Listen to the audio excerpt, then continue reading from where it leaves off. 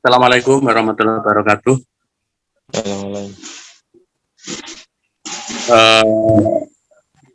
Teman-teman dari MBCNU Medan, dari pengurus ranting, dari pengurus anak ranting, juga dari lembaga, juga dari pimpinan umum, yang saya hormati pula khususnya pengurus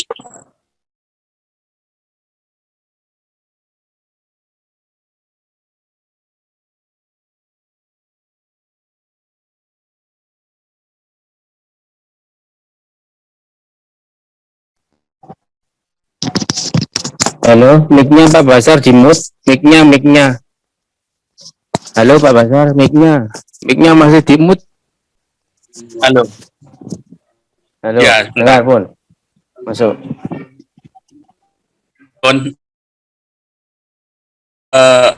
ada hal sebenarnya, mudah-mudahan nanti bisa lancar yang akan saya sampaikan. Untuk itu mari kita awali dengan bacaan Bismillahirrahmanirrahim. Di sini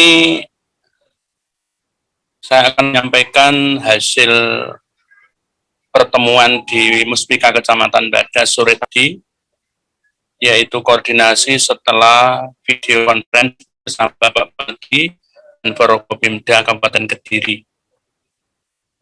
Saya akan menyampaikan simpulan saja dari rangkaian itu. Dasarnya yang pertama adalah surat edaran dari Kementerian Agama Republik Indonesia. Kemudian yang kedua adalah surat edaran dari Ibu Gubernur Jawa Timur.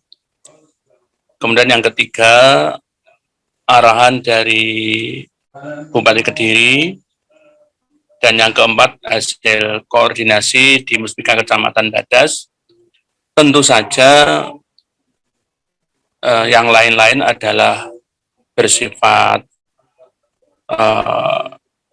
tradisi dan kebiasaan yang selama ini kita anut, kita laksanakan di lingkungan Nahdlatul Ulama. Yang pertama adalah takbir keliling. Untuk takbir keliling ini nyata-nyata dan jelas secara tegas disampaikan oleh pihak yang berwajib untuk malam Idul Fitri besok itu dilarang. Jadi memakmurkan Idul Fitri dengan takbir di musola atau masjidnya masing-masing dengan tidak konvoi. Kalau sampai nanti konvoi dan ketahuan aparat, pasti akan ditindak tegas itu. Itu kami dari MBC merasa perlu menyampaikan ini kepada pengurus ranting yang nanti mohon ditindaklanjuti kepada parnya masing-masing bila mana ada kelompok-kelompok lingkungan kita, jamaah kita atau anak-anak muda kita yang masih belum dapat informasi tentang larangan ini. Itu yang pertama. Yaitu mengenai sholat id. Sholat id ini ada 3 komponen. Pada prinsipnya, aturan yang saya sebut tadi sebagai dasar itu sifatnya mengatur umat Islam agar nyaman dalam melaksanakan Idul Fitri, tidak dihantui rasa takut terhadap tertularnya COVID-19. Oleh karena itu barangkali mungkin kebijakan ini bersifat umum dan mungkin ada yang merasa dirugikan. Ini mohon maaf bahwa niatan baiknya ini kita dari sisi positifnya. Caranya adalah untuk wilayah-wilayah kita ini insya Allah di wilayah Kecamatan Badas ini tidak ada yang zona merah begitu, tidak ada. Tetapi ada memang 2 RT yang masuk kategori apa ya istilahnya itu, kuning atau apa ya. Ya. Itu di daerah secara umum saja, di Lamong 1 RT, Jalan Kutilang, ya. Kemudian yang kedua di Ranteng Beringin, yaitu di Mbunut. Di sini RT RW-nya juga sudah jelas. Di daerah itu kita juga harus hati-hati. Jadi PPKM kita ini memang berbasis RT, berbasis RT. Nah, pelaksanaan sholat Idul Fitri harapannya itu dari kapasitas ruangan atau tempat sholat yang kita sediakan itu hanya diperbolehkan maksimal itu 50% di daerah-daerah seperti itu. Tentu saja dengan penerapan protokol yang ketat. Misalnya kalau ada pendatang ini mohon kerendahan dengan segala hormat untuk tidak menghadiri, atau kemudian yang sudah tua kemudian punya potensi sakit dan seterusnya, ini mungkin lebih bijak kalau mungkin tidak berangkat begitu. Kemudian wajib untuk jamaah memakai masker. Wajib memakai masker. Mohon maaf, ini tadi saya ulangi, ada 3 komponen. Komponen pertama, komponen jamaah. Jadi jamaah seperti itu diatur, yang sehat betul berangkat, kemudian yang sakit mohon untuk tidak berangkat, tidak memaksakan diri meskipun mampu, karena ini dikhawatirkan begitu himbauannya. Kemudian wajib memakai masker. Kemudian membawa sajadah sendiri. Kemudian komponen yang kedua, untuk komponen 1 untuk jamaah juga nanti diwajibkan untuk mengikuti protokol kesehatan yang diterapkan oleh takmir. Komponen yang kedua yaitu komponen takmirnya. Selaku panitia penyelenggara sholat Id, ini diharapkan benar-benar, katakan pintu masuk jamaah itu 1, ke areanya itu 1. Di situ sudah ada kontrol. Yang pertama harus pakai masker. Kemudian kalau bila mana perlu mungkin takmir menyediakanlah beberapa untuk persiapan. Barangkali ada 1, 2, jangan kemudian suruh pulang, itu dikasih lah itu untuk kesiapan panitia. Kemudian mungkin di hand sanitizer disemprot begitu. Dan yang penting lagi yaitu untuk cek suhu. Jadi mohon untuk panitia sholat Id ini menyiapkan alat pengukur suhunya. Masih ada waktu 1 hari besok sehingga bisa maksimal. Ini kewajiban dari komponen yang kedua, yaitu dari komponen takmir masjid atau sebagai panitia penyelenggara. Kemudian kalau sampai jamaah itu melebihi kuota yang saya sebutkan tadi, maka solusinya adalah diperlebar. Jadi area sholatnya diperlebar. Yang penting prinsipnya adalah rukun atau keabsahan daripada sholat Id ini tetap terjaga. Saya kira ini tidak perlu kita bahas karena masing-masing sudah sangat memahami. Kemudian yang ketiga yaitu komponen imam dan khatib. Untuk komponen imam dan khatib ini juga penting karena diharapkan pertemuan sholat Id itu, ini konsepnya ya, konsep dan himbauannya, itu sekitar 15 menit. Dengan pembagian menit, khutbahnya 10 menit. Apakah ini bisa diterapkan atau tidak? Nah, ini monggo nanti dibijaksanakan sendiri. Tapi kami wajib menyampaikan ini, yang penting begitu. Artinya ada himbauan untuk sholatnya yang 2 rakaat itu, kemudian pembacaan suratnya tidak menggunakan surat yang panjang begitu. Kemudian untuk khutbahnya juga tidak terlalu panjang, durasi 10 menit. Ini harapannya seperti itu. Kemudian pasca untuk kegiatan, untuk ritualnya, peserta datang, jamaah datang setelah melalui 1 pintu dengan prosedur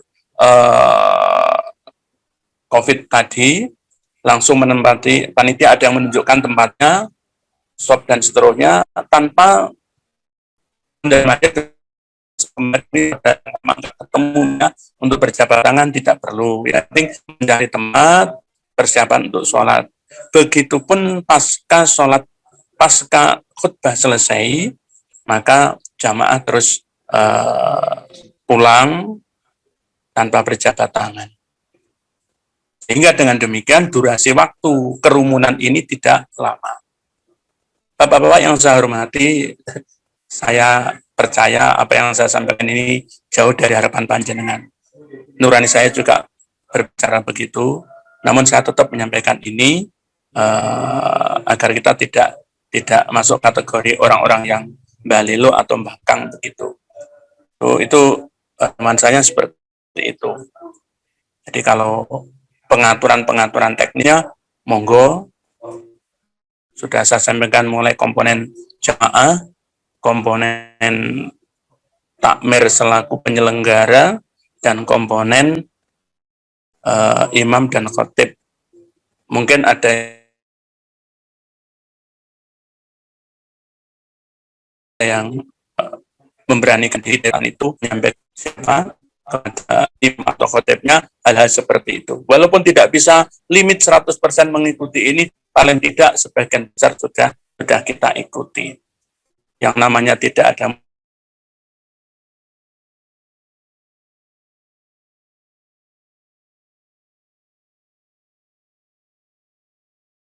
yang berikutnya yaitu tentang silaturahmi.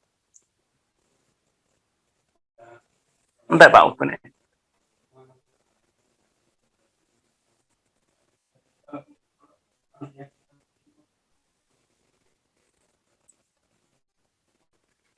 Satu. Masih ya.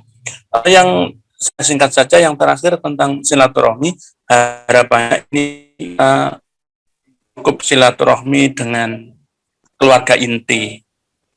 Bahkan secara kelembagaan, secara organisasi, ini kita tidak diperkenankan untuk melaksanakan halal bihalal secara massal. Saya kira itu poin-poin penting sudah saya sampaikan kepada forum, kepada ini. Kalau ada yang perlu disampaikan, saya persilakan.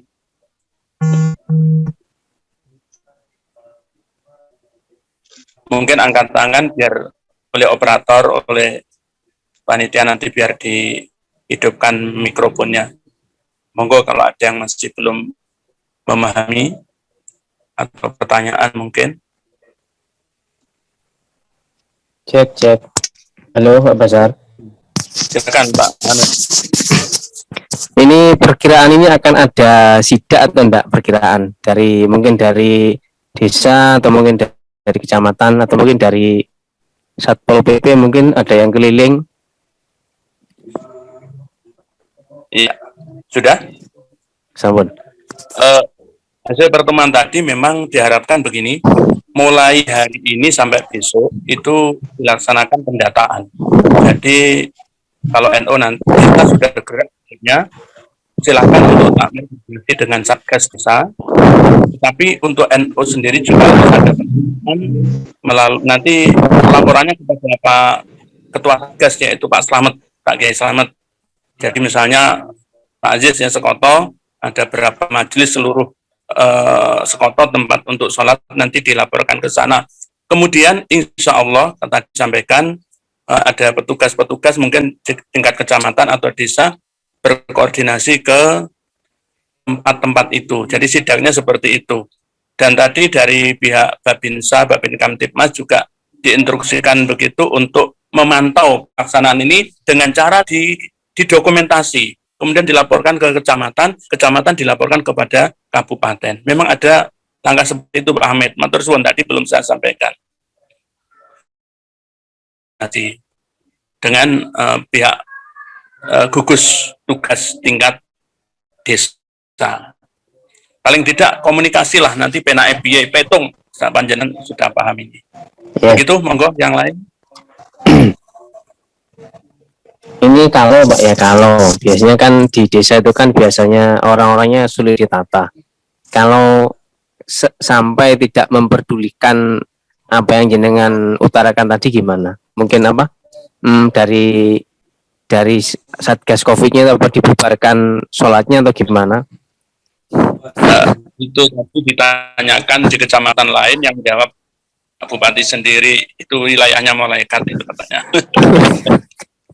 Jadi tidak mungkin lah nanti kemudian ada proses pembubaran. Makanya secara normatif apa yang harus ada ketentuan formalnya ini menurut saya lebih bijak kalau takmir itu menyediakan.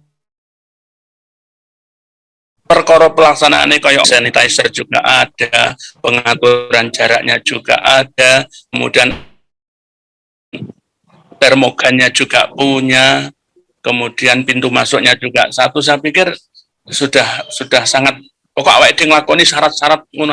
Ketika nanti di perjalanan ada sidak seterusnya itu nanti kita petung ya. Insya Allah nggak akan terjadi lah tahun yang lalu. Dan hanya memang lebih ketat ini dibandingkan lalu. Iya, terima kasih. Untuk Beringin ada yang gabung enggak ini ya? Beringin sama Lamong. Untuk Beringin tolong berkoordinasi dengan Satgas karena ada warga yang positif yaitu di RT 11 RW 4 Dusun Bunut, kemudian yang lain RT 1 RW 2 Jalan Kutilang. Nah, ini artinya pemantauan seperti itu penting bagi kita agar tidak kemudian memperkeruh kalau hadir di tempat kita karena orang seperti itu biasanya juga secara fisik orangnya punya kemampuan kemana-mana. Monggo kalau ada lagi. Nyun sewu Pak Basar. Nggih.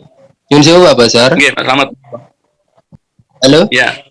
Ini saya minta masing-masing ranting ya. Saya minta masing-masing ranting itu bisa membuat semacam list nanti dimasukkan dalam grup ini.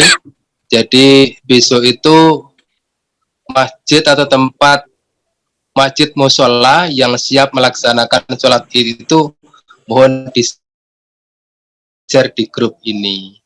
Jadi bisa saling sama-sama memantau begitu. Harapan kami seperti itu. Jadi nanti di ranting mulai Lamong sampai Melaru Utara itu masjid mana saja, musola mana saja yang menyelenggarakan sholat Id. Jadi kalau sewaktu-waktu itu nanti ada pertanyaan dari pihak terkait itu bisa menjawab dengan mudah, Pak. Terima kasih. Matur suwun Pak Slamet selaku Ketua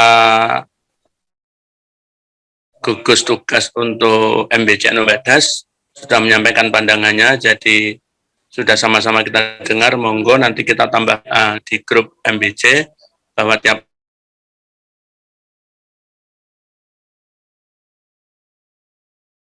penting begitu. Matur suwun, mungkin ada pertanyaan lagi. Terima kasih, Pak. Terima kasih, Pak.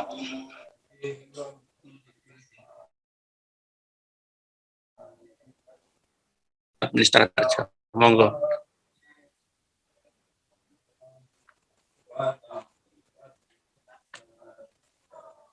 Ada?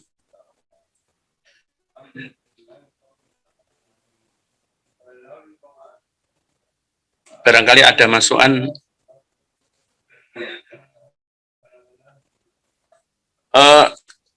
Begini,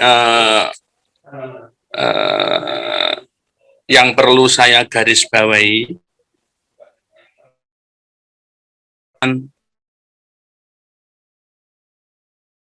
takbir keliling. Ini kayaknya ya aparat juga tidak ikut dan nggak main-main ini. Maka ini takutnya ya keamanan itu masyarakat besok ada yang keluar dengan kurang, kalau ada aturan atau ada larangan mereka berlindung di situ. Makanya mohon semampunya lah sehari besok untuk kita sampaikan ke lingkungan kita masing-masing. Yang perlu kami sampaikan yang kedua adalah ini Pak, yang ditanyakan Pak Hamid tadi, H-1 ada petugas yang hadir koordinasi dengan takmir atau panitia sholat id. Nah ini apakah sampling, apakah keseluruhan, tergantung nanti. Tapi yang jelas ini kepada saya kira sudah terlalu baik. Sudah terlalu baik. Artinya kita sudah inisiasi seperti ini, sudah sedikit tambahan informasi di samping laporan lapor Mas Fatih, barangkali laporan tentang zakat fitrah nanti juga bisa disampaikan ya untuk laporan penting sekaligus teknis pengumpulan zakat fitrah yang tasarufnya ke MBC, saya pikir sudah seperti biasanya, suratnya sudah lebih dulu ada. Barangkali pertemuan bisa kita akhiri kalau sudah tidak ada yang ditanyakan. Pripun Pak Barjo? Cukup? Kalau sudah cukup, saya ucapkan banyak terima kasih atas partisipasinya. Mudah-mudahan takmir masjid tidak menanggapi apa yang kita sampaikan ini terlalu ekstrim, ya biasa-biasa saja. Ya, tetapi panjenengan harus jawaban. Sampaikan OJ itu sudah membantu kita. Artinya kita ada kerjasama, ada koordinasi bahwa informasi itu sampai pada grassroots itu. Yang kedua, mohon di gerbang. Jadi katakan di masjid itu pintunya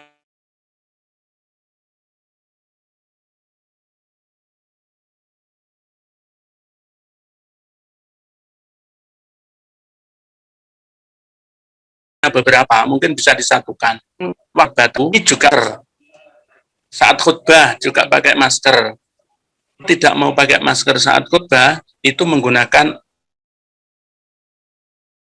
karena fokus kadang-kadang untuk dropletnya itu justru pada waktu berbicara kan begitu. Kalau jamaah madhep ngulon kabeh, madhep kiblat kabeh kan enggak begitu ya. Tapi kalau khotib kan otomatis berhadapan dengan jamaah. Maka pilihannya pakai masker atau pakai pelindung yang lain. Itu mohon nanti takmir memberikan arahan ini kepada khotibnya. Kelihatan. Terima kasih mengawali menyongsong Idul Fitri. Ini tadi saya share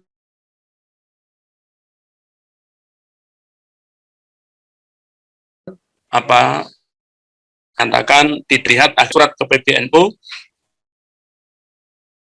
Tadi saya share itu surat dari PBNU, meskipun tidak hanya dari Surabaya, dari wilayah Jawa Timur, tetapi intinya adalah keputusan PBNU hari ini menyebutkan bahwa Idul Fitri jatuh pada hari Kamis tanggal 13 yang akan datang besok lusa. Kami dari MBCNU Kecamatan Badas mendahului mengucapkan minal aidin wal faizin, taqabbalallahu minna wa minkum siyamana. Mudah-mudahan segala amal ibadah kita diterima oleh Allah Subhanahu wa taala. Saya pribadi, keluarga dan teman-teman MBC mohon maaf atas kesalahan, salah ucapan dan seterusnya. Mudah-mudahan kita selalu tetap sehat dan semangat untuk memakmurkan Idul Fitri dalam kondisi COVID-19 dan kita itu hanya COVID-19 segera hilang dari Indonesia dan dari dunia pada umumnya. Amin amin ya rabbal alamin. Kalam wallahu muwaffiq ila aqwamit thoriq. Assalamualaikum warahmatullahi wabarakatuh. Waalaikumsalam. Assalamualaikum warahmatullahi wabarakatuh.